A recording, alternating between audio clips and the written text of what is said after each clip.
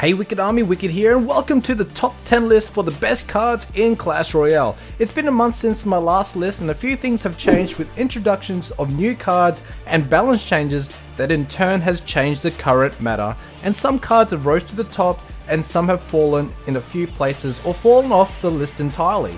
If you want to check out the previous top 10s to see the differences, I'll link them in the description below.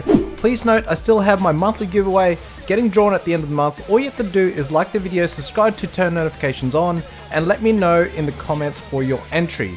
In choosing the top 10, I rank cards based on how adaptable it is in most battle decks, functionality, and effectiveness. With that being said, let's get started. Number 10 is one of the newest release cards, and that is the Bats. I know a few players will be wondering why this card is in the top 10, as the Bats on their own cannot, let alone get to the towers and do damage. Its main functionality is the cheap elixir cost of 2 elixir and great on defense and counter pushes. Their aim is to wear down enemies before they get to the towers, force enemy players to use elixirs to take them down for a positive elixir trade, and if timed right behind a tank, towers can go down extremely quickly. Plus the recent buff of 5 bats instead of 4 let it creep into the top 10 for this month. Number 9 is the Bandit. I have been super impressed with this legendary card lately that it also crept into the top 10 from last month. I think the recent buffs to its HP did help, and a faster dashing time to make it one of the deadliest cards in the game. Its dashing effect and first impact damage is so valuable that it is often featured in the best tournament decks. Plus it is only 3 elixir, great value. Number 8 is the Executioner, a little bit costly at 5 elixir, but apart from its creepy face, the Executioner is the killer of low HP troops like the skeletons, goblins, minions, fire or ice spirits, and not only that, it can target both air or ground. Behind a tank it is deadly and is quite a beefy character to take down. Also handy to have when you have enemy cards behind tanks. Number 7 is the Fireball, one of the spells that is an all-rounder to have in your battle deck. Primary uses are to AoE damage a clump of troops coming your way, wearing down elixir pumps, shutting down 3 musketeers, and finishing off towers in the last few seconds. Skillful players can even predict enemy defense and fireball them before the enemy player realizes their mistake. Great spell and also a classic. Number 6 is a Zap. Even though it was nerfed a few times, Zap still gives good value in a battle deck for its multi-functionality. Zapping low HP troops, resetting Inferno Dragons, towers, and Sparky, retargeting, and can even finish a tower if extremely low health. Zap is good to have against current bait decks, and you can level it enough to one-shot goblin barrels on ladder. Another original card that still remains useful. Sharing number 5 is the Hog Rider! Still one of the best win condition cards in the game, with a 4 elixir cost, is a great damage dealing card for enemy towers. Often decks are built around it, cycling around fast so it can keep rushing at the towers.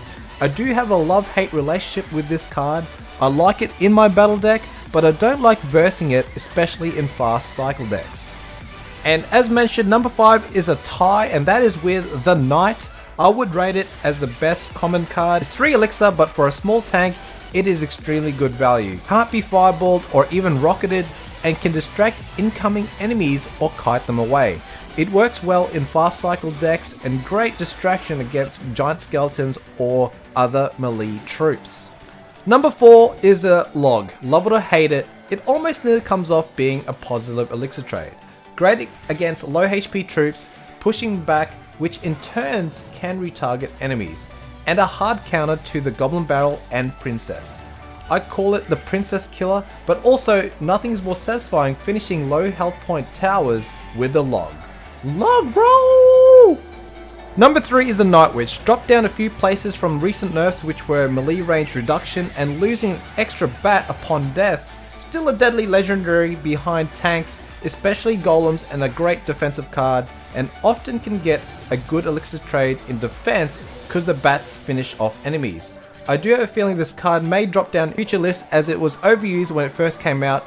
Do you think she's balanced now and still feel like a legendary card? Let me know in the comments below. Number 2 is the Electro Wizard. With its multifunctional abilities, zapping upon impact, targeting 2 enemies at a time, stunning, resetting and retargeting, and it is a complete hard counter for Inferno Dragons, Inferno Towers, and Sparky. I personally think this card is extremely handy even with its recent health nerf. It has a high win rate stat of 56.1% from Clash Royale, and its usage rate has been on the rise recently.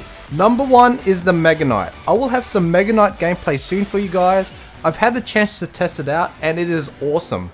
This card is simply amazing. It is like an Electro Wizard, Dark Knight, Giant, and Bandit rolled into one. It is classed as a high damage dealing tank and will be such a strong card to take down. It has a skipping jump ability which also gives the same amount of damage when you deploy it. Watch out for this card. Luckily enough, its weakness will be air units and it is a little bit expensive. Who is excited for this card?